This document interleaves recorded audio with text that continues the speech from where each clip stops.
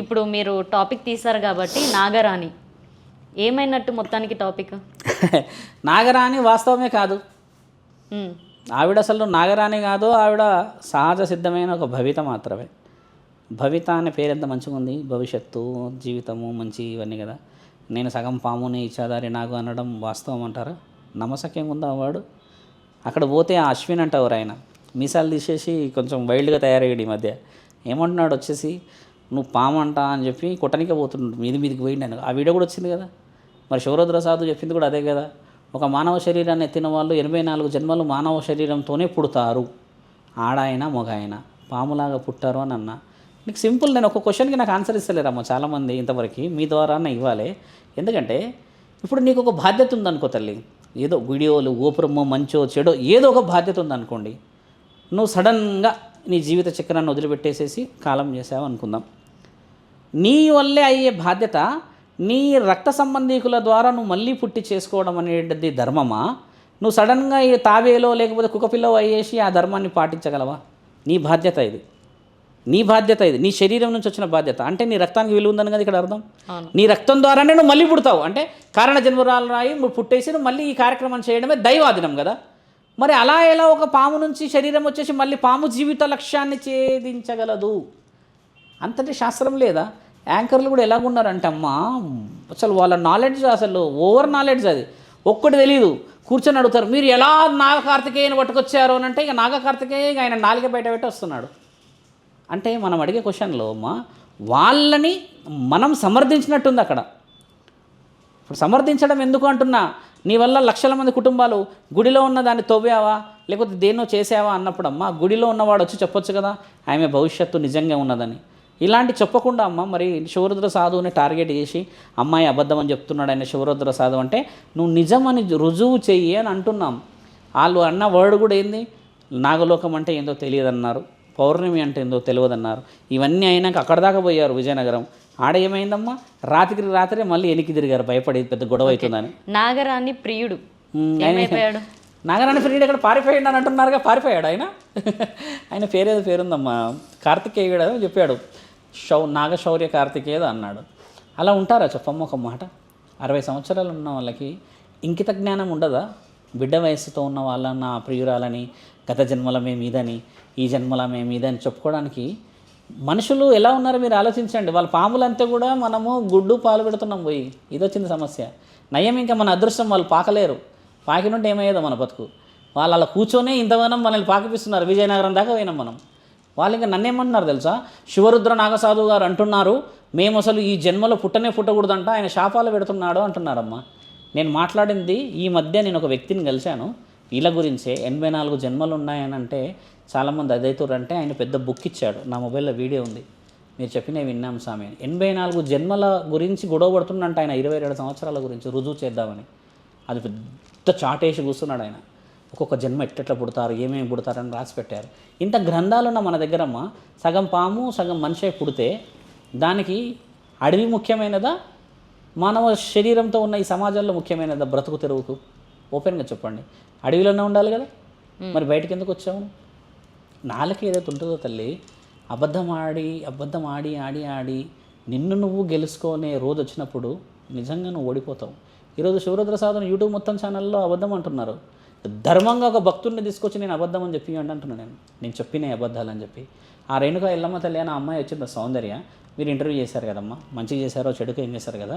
Absolutely నేను మీడియాకి కృతజ్ఞతకి ఎందుకుంటా అంటమ్మా, మీరు ఆ అమ్మాయిని కాపాడేశారు ఇండైరెక్ట్గా. ఏ స్క్రోలింగ్ అయిందో నాకు తెలియదు కానీ ఇప్పుడు ఆ అమ్మాయి ఎంత ఫ్రీగా ఉంది తెలుసా. ఎవరు లేరు, షీఈస్ ఫేక్, రియల్గా ఫేక్ అయిపోయింది కానీ రియల్గా లైఫ్ గెలిచింది. లేకపోతే ఆమె జీవితాంతం ఆమె ఎల్లమ్మాయి ఉండేది. లేకపోతే దేవత లేని శరీరం మీద దేవత అయి ఉండేది ఆమె. ఈరోజు మనం ఏం చేసాము, 2 నెలలు గొడవబడి ఏం చేసాం, మొత్తానికి నువ్వు ఇది కాదు ఇది అని రుజువు చేశాముగా. ఇప్పుడు ఆవిడ నీళ్ళల్లో మునిగి స్నానం చేసి నాకు తెలిసి ఏసీకి అటు కాలు పెట్టి పడుకుంటుండొచ్చు. ఎవరు లేరురా నాయన నా మీద. 10th క్లాస్ చదువుతున్నా అలా ఉంటుందా? అలా ఉంటుంది అంత చిన్న ఏజ్ శాస్త్రం. అంత చిన్న ఏజ్లో దేవత వీళ్ళంతా ఏం ఆశించి వస్తున్నట్టు అలా ఉండదు. మన దగ్గర వచ్చిన ట్రెండే అది. దేవత శరీరం మీదకి వచ్చి పోనింది అని అంటే ఒకటి భక్తి విలువ వస్తుందమ్మా. రెండో విషయం ఏంటంటే గౌరవం బాగా వస్తుంది. మూడో విషయం ఏంటంటమ్మా, వీళ్ళు సొంత లాభానికి ముందుకు రావచ్చును. ఇప్పుడు నన్ను వ్యాపారం అంటారు, చాలామంది వ్యాపారం అంటారు కదా. భక్తితో ఒక వ్యక్తిని ఆలోచన చేసి ధర్మం వైపు లాగడమే వ్యాపారం ఈ రోజుల్లో. ఒక వ్యక్తిని మోసం చేసి అధర్మాన్ని ధర్మం ధర్మం ధర్మం అనేసి అందరు దాన్ని కూడా ధర్మం అనేస్తారు కదా, అది వ్యాపారం కాదు. అది మనస్సాక్షులను మోసం చేయడం. డబ్బులు ఇచ్చేటోళ్ళు లక్షల్లో ఉన్నారమ్మా ఈరోజు, బాగా గుర్తుపెట్టుకో. కానీ పుణ్యం ఇచ్చేటోళ్ళు లేరు ఇక్కడ. విగ్రహాలు కట్టేస్తావు, గుడి కట్టేస్తావు, అన్నీ చేసేస్తావు. ఇప్పుడు ఎంత ఇబ్బంది అనిపించవచ్చు ఆ అమ్మాయికి, చెప్పండి ఒక మాట, మీరు ఆలోచించండి. తర్వాత రియలైజ్ అయింది, నాకు చాలా హ్యాపీ అయింది. ఈ అమ్మాయి ఇంకా రియలైజ్ కాలేదు, నాగభవిత. నేను కూడా లోకల్లో లేను కాబట్టి ఇంటర్వ్యూస్ అటెండ్ ఎక్కువైతలేను. ఆవిడ ఇంకా రియలైజ్ కావాలి చాలా. ఆవిడ రియలైజే అవుతలేదు అసలు. రోజు రోజుకు మీరు పిలుస్తున్న కొద్దీ ఆవిడ చాలా పర్ఫెక్ట్గా పడగ విప్పి మరీ వస్తుంది. ఎందుకు అట్లా రాణిస్తున్నారు అసలు? రుజువులు అవసరం లేదా తల్లి? అక్కడ తవ్విన దానికి ఆయన వచ్చి వీళ్ళు అబద్ధమని చెప్పేశారు. ఛానళ్ళ మధ్యలో ఈవిడ ఒప్పేసేసుకుంది.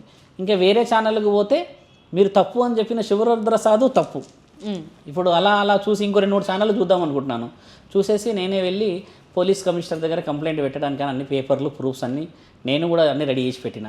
తీసుకెళ్ళి ప్రూఫ్స్తో పాటు పెడదామని వెయిటింగ్లో ఉన్నా. ఇంకొక వర్డ్ ఇంటర్వ్యూ చూద్దామని ఆగిన. చూసేసి నేను కంప్లైంట్ ఇచ్చేద్దామని చూస్తున్నా. ఇక్కడికే ఇంటర్వ్యూకి పిలిపించుకోవచ్చు, హ్యాపీగా పిలిపించుకోవాలి. మేము ఇద్దరం కూర్చుంటాము. ఆ అమ్మాయితో కూర్చోవాలి ఇంకా, ఎందుకంటే వాళ్ళ అమ్మ వచ్చింది, మాట్లాడింది పోయింది. వాళ్ళ అమ్మని ఆమెను కూర్చోబెట్టండి. మీరు ఏదో మాట అన్నారని కంప్లైంట్ చేసింది ప్రతి ఛానళ్ళలో. అక్రమ సంబంధాలు పెట్టుకున్నారు అన్న ఆవిడ ఆ రోజు రూమ్లోకి పోయిందని అక్కడున్న వాళ్ళే వచ్చి చెప్పారు కదా. నేను ఈవిడని అనలేదు, నేను కర్నూలులో ఒక వ్యక్తి గురించి మాట్లాడినా, అది వాస్తవమే. ఈవిడ ఏం చేసింది, నాకు అక్రమ సంబంధం ఉంది అని చెప్పి శివరుద్ర సాధువు చెప్తున్నాడు అని చెప్పేసేసి ఈవిడ అందరినీ పోగేసిందమ్మా. అందరినీ పోగేసిన తర్వాత ఏమైంది, కరెక్ట్గా 4వ రోజు ఇంటర్వ్యూలో ఈవిడ బిడ్డని బయట పడుకోబెట్టి ఈమె లోపలికి పోయింది అనేది వచ్చింది ఇంటర్వ్యూ. ఇప్పుడు వాస్తవం నేను చెప్పింది ఈవిడ గురించి కాదు, కానీ ఈవిడ వాస్తవాలకు బయటకు వచ్చింది. చూసారా, దేవుడు గుడ్డివాడుగా తల్లి. సాధువుని అవమానపరిచారు. నేను ఓపెన్గా చెప్తున్నాను కదా, సాధువుని అవమానపరిస్తే సాక్షాత్తు శివుడిని అవమానపరిచినట్టే. ఈరోజు తగ్గాను నేను, అంతే. నా నాలుకకి ఎంత బలం ఉందో నా మనస్సాక్షికి తెలుసు. ఆ సౌందర్యాన్ని మీరు కాపాడబడ్డారని చెప్పిన, కానీ సౌందర్యాన్ని హంటింగ్ చేసింది శివరుద్ర సాధువే. అఘోరా గురించి హంటింగ్ చేసింది నేను. కొన్ని దుస్తులు వేసుకోమన్నా, ఈరోజు అఘోరాన్ని చూడడానికి లక్షల మంది వెళ్తున్నారుగా దుస్తులతో పాటు. దుస్తులు వేయించామా లేదా? ఆ దుస్తులు అనేది 2 నెలల పోరాటం తర్వాత వేసిండు ఆయన. ఊరికే అవుతారా అమ్మ? ఒక ఆయన అడుగుతున్నాడు నన్ను నిన్నగాక మొన్న హైడ్రా కమిషనర్ దగ్గర, మీకు ఎందుకు స్వామి ఆ ఛానళ్ళల్లో పోయి కూర్చుంటారో, మీకు ఎన్ని బ్యాడ్ కామెంట్లు వస్తున్నాయి అని అంటే, నువ్వు వెళ్తే ఛానళ్ళల్లో కామెంట్లు రావు స్వామి, నేను కూర్చుంటేనే వస్తాయి. ఒక్కటన్నా ధర్మం గెలిచిందన్న విషయం ఒక రోజు కాకపోతే ఒక రోజు వస్తుంది, ఆలోచించండి అని అంటే ఆయన కాళ్ళు మొక్కి పోతున్నాడు. సాధువులకి ఓపిక చాలా ఉండాలి స్వామి, మీకు కొంచెం కోపం ఎక్కువ అన్నాడు. కోపం అనేది సాధువులకు ఎక్కడ ఉండాలి తెలుసా? హిమాలయాల్లో, మఠాల్లో ఆ అగ్నిహోత్రాలు అవి చేసుకుంటారు చూడ, వాళ్ళకు ఉండాలి. శివభక్తులకి కోపం ఉండాలా, ధర్మాన్ని రుజువు చేయాలి. ఇదే శాసనం.